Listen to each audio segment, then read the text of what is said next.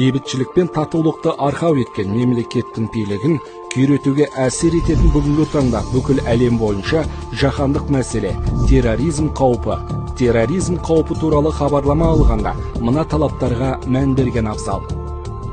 Сізге терроризм актісі туралы хабарлама келіп түскен кезде әңгімелесудің нақты мазмұнын есте сақтауға тырысыңыз.